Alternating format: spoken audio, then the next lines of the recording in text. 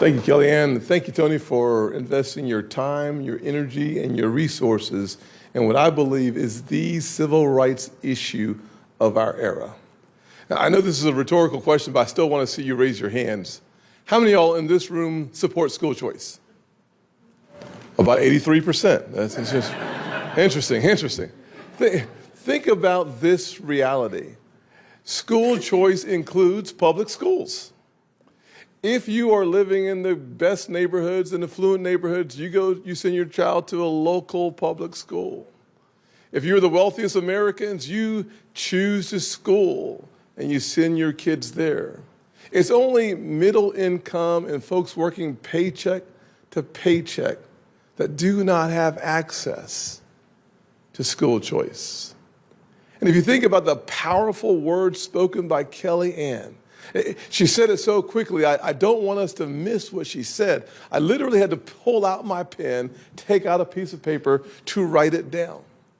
There was unfortunately a time in our country's history where there were adults in power locking kids out of quality education during my lifetime. Literally adults standing at doors in schools not allowing kids in. And today, there are kids locked out of quality education because there are literally adults standing at the door locking kids into failing schools. Proverbs 13:12 reminds us that hope deferred makes the heart sick. There are millions of parents today all across the greatest nation on earth whose hope has been deferred because they're on long waiting lists, trying to get their child, their future, their dream into a quality place for education. Because of the efforts of Tony and so many others, we stand on the doorsteps of the greatest transformative power in the public forum, which is quality education. It is our responsibility to lean into this moment.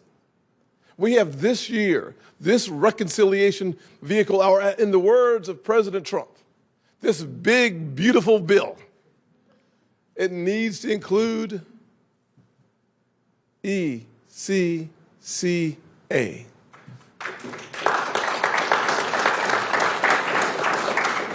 This is truly an equalizer that breathes hope into our poorest communities. It's an equalizer that allows for the meritocracy that we want America to be, to have a chance of being a reality. Because you can't have a merit-based system when millions and millions of kids trapped in rural America or inner city America have no access to quality education. And it is, in fact, the way we maximize human potential in the greatest land on the planet. If we do not act with a sense of urgency, if we do not allow ourselves to lean into this fight, we might miss this window of opportunity that might not come back anytime soon. So here's my ask. Don't just applaud. Kellyanne was fantastic. Bill Cassidy was on fire today. Tony's always cool as a cucumber. But let me just say this. We can't sit back and hope and pray. We should pray, but then we should get off our knees and call our legislators. We should get off our knees and make sure that every single person in Congress understands the sense of urgency that we have as constituents, as Americans, not simply as voters, but as constituents. Because we, the elected, we don't just represent those who vote for us.